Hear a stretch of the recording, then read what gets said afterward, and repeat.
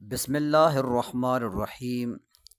السلام علیکم ورحمۃ اللہ وبرکاتہ۔ حافظ محمد تنویر اپنے یوٹیوب چینل اور فیس بک پیج پہ آپ کو خوش آمدید کہتا ہوں۔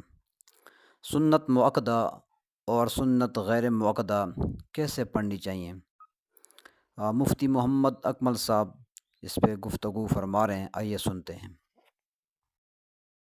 دو فرق ہیں بڑے۔ نمبر ایک، سنت غیر موقدہ میں پہلے یہ بھی بتا دوں کہ عصر سے پہلے کی 4، عشاء سے پہلے کی 4 سنتیں غیر موقدہ ہیں، باقی سب کے سب موقدہ ہیں۔ تو جو غیر موقدہ ہوتی ہیں اس کا یہ ہے کہ پہلی اور تیسری میں ثنا پڑھی جائے گی اور دوسری میں التحیات کے بعد درود شریف بھی ہوگا۔ لیکن جو موقدہ ہوتی ہیں سنت موقدہ، ان کی ادائیگی بالکل فرض کی طرح یا واجب کی طرح ہے کہ صرف پہلی میں ثنا ہے، تیسری میں نہیں، اور التحیات کے بعد درود شریف نہیں پڑھیں گے، التحیات کے بعد کھڑے ہو جائیں گے۔ ماشاء اللہ، جزاک اللہ۔